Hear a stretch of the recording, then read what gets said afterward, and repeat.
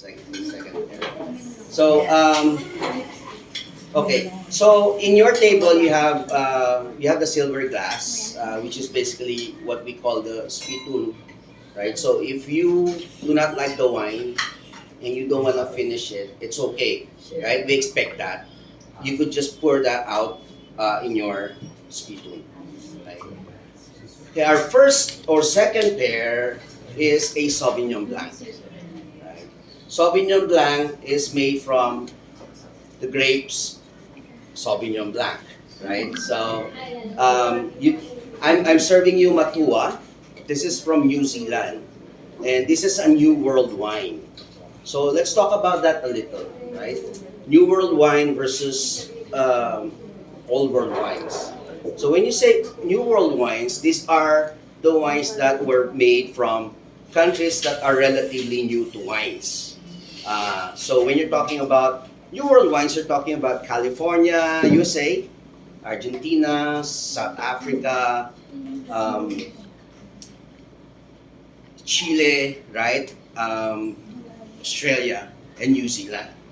So nowadays, all New World wines producers, they tend to produce fruit-forward wines. That's why they're very marketable. New to wines, they actually like fruit-forward wines like the New World wines that we're serving you tonight, because they actually have more citrus, fruity characters than your Old World wines.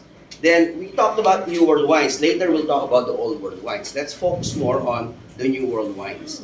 New World wines, their labels, they use the variety of the grapes that they made the wine from. For example, Sauvignon Blanc. This is the variety of the grape that they use to make the wine. And it's there in the label, right? Old World wines, they don't follow the same process or they don't follow the same technique or style. You don't normally see the grape that they use to make the wine when you're drinking the Old World wines. So it's easy now for New World wines. If you like Merlot, then you can see Merlot in the labels. If you like Cabernet Sauvignon, you can see Cabernet Sauvignon. Unlike Old World wines, they actually name the bottles according to the place it was made from. For example, Champagne, Chablis, right? So those are the naming convention that that Old World wines actually use. So we talked about the spectrum a while ago. The first one you had was Moscato. It's sweet, right? So let's talk about fermentation process. How do you make wine? It's simply a grape juice, added some yeast to eat the natural sugars in the juice and converts it into alcohol. So logically, if your wine is sweet, it's less alcoholic, right? If the wine is dry or not sweet, it means the yeast actually have eaten all the sugars or most of the sugars in the wine, so it's no longer sweet, but it becomes more alcoholic because it converted the sugars into alcohol.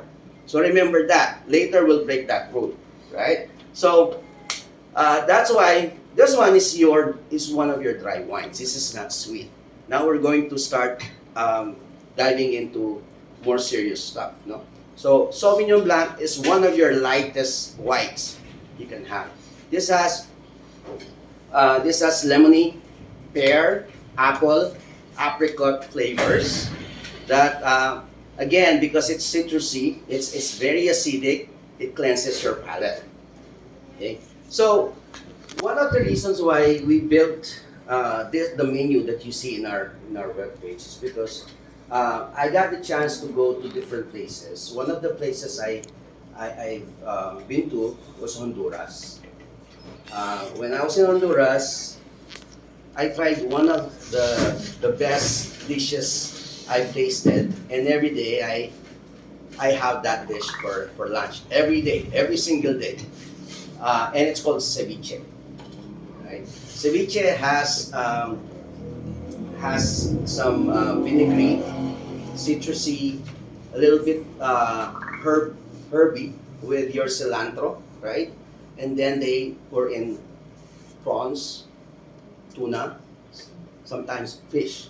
right? My favorite version is Camaron ceviche, right?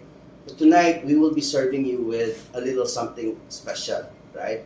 I'm throwing in additional sashimi grade tuna in our ceviche tonight.